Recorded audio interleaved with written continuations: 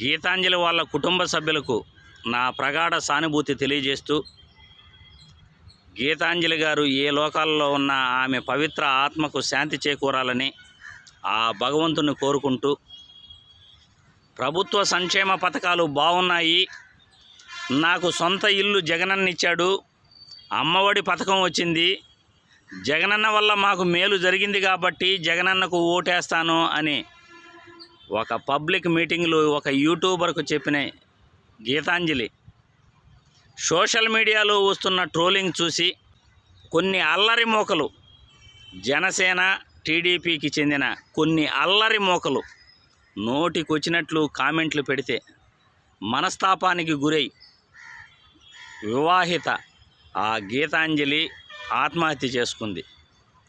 మీరు పెట్టే కామెంట్ల వల్ల ఒక మహిళ ఆత్మహత్య చేసుకుంది.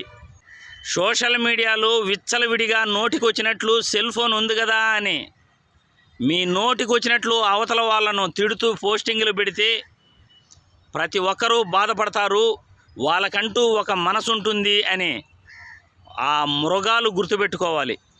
మీకు అక్క చెల్లెమ్మలు ఉంటారు, మీకు అమ్మ అక్క అందరూ ఉంటారు, మీకు కుటుంబ సభ్యులు ఉంటారు. మిమ్మల్ని కూడా ఈ విధంగా తిడితే మీరు ఎలా బాధపడతారో వాళ్ళు కూడా అలా బాధపడతారు అనే కనీస ఇంగిత జ్ఞానం కానీ సంస్కారం కానీ లేనటువంటి కొన్ని మృగాలు సోషల్ మీడియాలో ఇష్టం వచ్చినట్లు కామెంట్లు పెడుతుంటే ఎంతోమంది మహిళలు గీతాంజలిలాగా బాధపడుతున్నారు. మహిళలే కాదు, సోషల్ మీడియాలో మంచి చెప్పాలనుకునే ప్రతి ఒక్కరూ కూడా ఈ అల్లరి మోకల వల్ల భయపడుతున్నారు. నిజంగా ప్రభుత్వ కార్యక్రమాలను చెప్పాలన్నా, ఒక రాజకీయ పార్టీ గురించి ఏదైనా మాట్లాడాలన్నా మాకెందుకులే అనేసి పక్కకి వెళ్ళిపోతుంటారు. సోషల్ మీడియాలో కంట్రోల్ తప్పింది. ప్రభుత్వం దీనికి ఏం చేస్తూ ఉంది అని నేను ప్రభుత్వాన్ని నిలదీస్తున్నాను. సోషల్ మీడియాలో విచ్చలవిడిగా కామెంట్లు పెడుతూ బరి తెగించి మాట్లాడుతున్న మోకలపై ఎందుకు సోషల్ మీడియా కంట్రోల్ ఉండట్లేదు? ఇలాంటి అల్లరి మోకలపై ప్రభుత్వం ఎందుకు చర్యలు తీసుకోవట్లేదు? ఇంకెంతమంది ప్రాణాలను బలికొనాలి అని నేను ప్రభుత్వాన్ని ప్రశ్నిస్తున్నాను. ప్రభుత్వం ఎప్పటికప్పుడు పరిపాలనా విషయంలో జాగ్రత్తలు తీసుకోవాలి.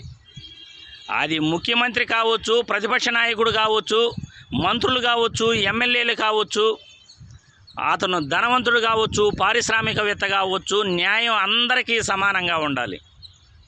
మీ నోటికొచ్చినట్లు మాట్లాడడానికి మీకు హక్కు లేదు. ఎదుటి వాళ్ళ మనస్తత్వాన్ని హరించడానికి మీకు ఏ హక్కు లేదు. ప్రభుత్వం చేసే కార్యక్రమాలను స్వేచ్ఛగా బాగున్నాయి అని చెప్పటం కూడా నేరమా? ఇలాంటి వ్యక్తులపై, ఇలాంటి అరాచక శక్తులపై ప్రభుత్వం వెంటనే కఠిన చర్యలు తీసుకుంటూ సోషల్ మీడియాపై పూర్తిగా కంట్రోలింగ్ను ప్రభుత్వం తీసుకోవాలి.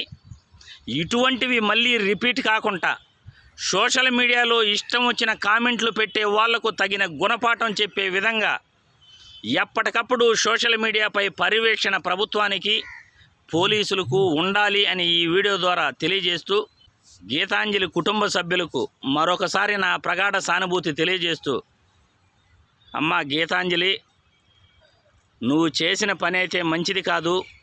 ఎందుకంటే 2 బిడ్డల్ని వదిలేసి వెళ్ళిపోయావు. ఆ బిడ్డల బాధ్యత ఒక్క రవ్వ నీకు గుర్తొచ్చుంటే నువ్వు ఆ పని చేసేదానివి కాదు. ఎవరో ఏదో కుక్కలు మురిగాయని నువ్వు ఆ విధంగా చేసుకోవటం వల్ల బిడ్డలు అనాథలయ్యారు. ఏది ఏమైనప్పటికీ నీ పవిత్ర ఆత్మకు శాంతి చేకూరాలని ఈ వీడియో ద్వారా కోరుకుంటున్నాను తల్లి. మరోసారి ఏ మహిళకు కూడా ఇలాంటి దుస్థితి పట్టకూడదు అని ప్రభుత్వాన్ని హెచ్చరిస్తూ, ప్రభుత్వం సోషల్ మీడియాపై కఠిన చర్యలు తీసుకుని సోషల్ మీడియాపై పర్యవేక్షణ ఉండాలని ఈ వీడియో ద్వారా కోరుతున్నాను.